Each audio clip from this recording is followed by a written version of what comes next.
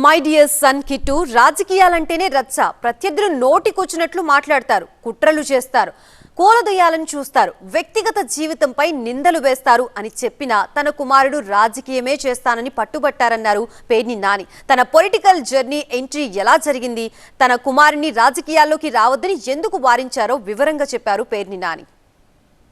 తాను చిన్నప్పటి నుంచి కష్టాలను చవిచూశానన్నారు పేర్ని నాని. తన తండ్రి మంచివారన్నారు. విపరీతంగా సిగరెట్లు కాల్చేవాళ్ళు.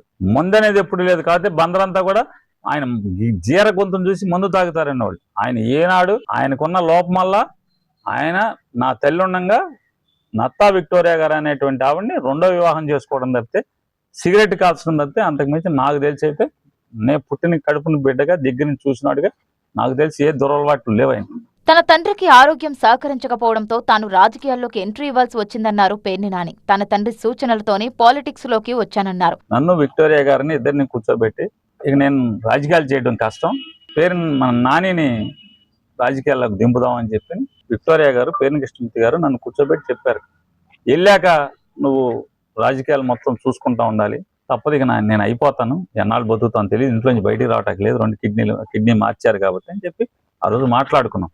ఆ రోజు మేము ముగ్గురు మాట్లాడుకున్న మాటల దృష్ట్యానే మేము తీసుకున్న నిర్ణయం దృష్ట్యానే ఆయన మాస్క్ వేసుకుని జనంలో కూర్చుంటే కలెక్టర్ ఆఫీస్ దగ్గరికి ప్రజలను తీసుకెళ్తాం, లేదా ఎంఆర్ ఆఫీసులు తీసుకెళ్తాం, ఏ ఆఫీస్కైనా ఇంటికి వచ్చిన వాళ్ళందరినీ కూడా తీసుకెళ్తాం అనేది ఆ రోజు నా ఉద్యోగం. అలా స్టార్ట్ అయ్యాను నేను. దేవుడు తన కర్మను అలా రాశాడని వాపోయారు పేర్ని నాని. నా కర్మ ఈ విధంగా నా కర్మ కంటే కూడా దేవుడు నాకు రాసిన కర్మ ఇది.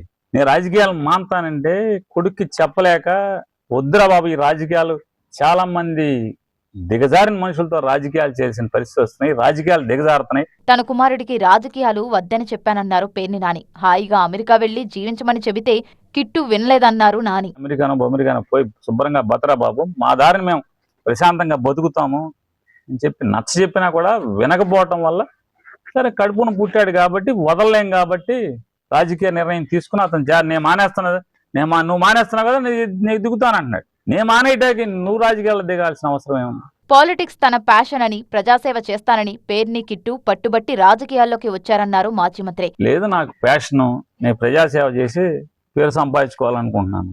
రాజకీయాల్లోకి వచ్చిన వెంటనే కిట్టుపై కేసులు నమోదయ్యాయని, ప్రత్యర్థులు టార్గెట్ చేస్తున్నారని వాపోయారు పేర్ని నాని.